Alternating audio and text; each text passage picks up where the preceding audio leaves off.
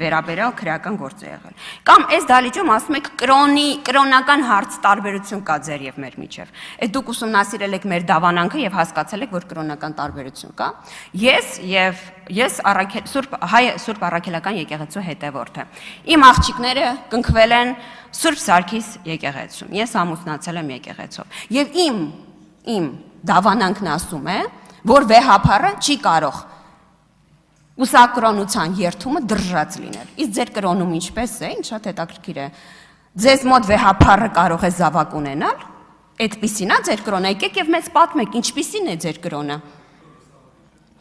Ես ձեզ ասում եմ, Գրիգոր Լուսավորչի հետ այդ փուլը անցել ենք, պարոն Կարապետյան, նախորդ գումարումում քննարկել ենք, երևի չեք նկատել։ Կամ այդ ժամանակ քաղաքականությամբ հետաքրքրված չէիք, որտեղ չէիք շալակել քրեական գործը։ Նախորդ գումարումում եւ Աշտիշատի ժողովում երևի կամ դրանից հետո սահմանվել, այսինքն ժողովուրդ ջան, իրենք իրանց համար սահմանել։ Այսինքն եթե դու Գրիգոր Լուսավորչի օրինակն եք բերում, այսինքն հաստատում եք, որ Կտրիչ Ներսիսյանը զավակ ունի, այդ է ձեր ասածը։ Դուք ասում եք, որ Կտրիչ Ներսիսյանը զավակ ունի,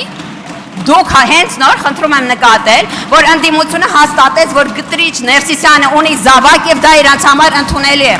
Կտրիչ Ներսիսյանը ունի զավակ եւ դա իրանց համար ընդունելի է։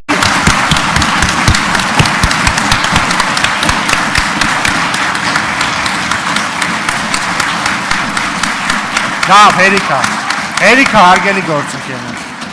շարունակեք Տիկին Ղազարյան։ Ես առաջարկում եմ, որպեսզի դուք միանաք մեր նորոգման օրակարգին։ Հայ ժողովուրդը մեզ քվե է տվել, որովհետեւ մենք շարունակենք Հայ Սուրբ Առաքելական եկեղեցու նորոգման օրակարգը։ Ես կոչ եմ անում, եթե դուք անհանգիստ եք Հայ Առաքելական եկեղեցու ճակատագրով, միանալ այդ նորոգման օրակարգին։ Հակառակ դեպքում ժողովուրդ պետք է Նարեկ Կարապետյանը եւ գա այստեղ խոսի, թե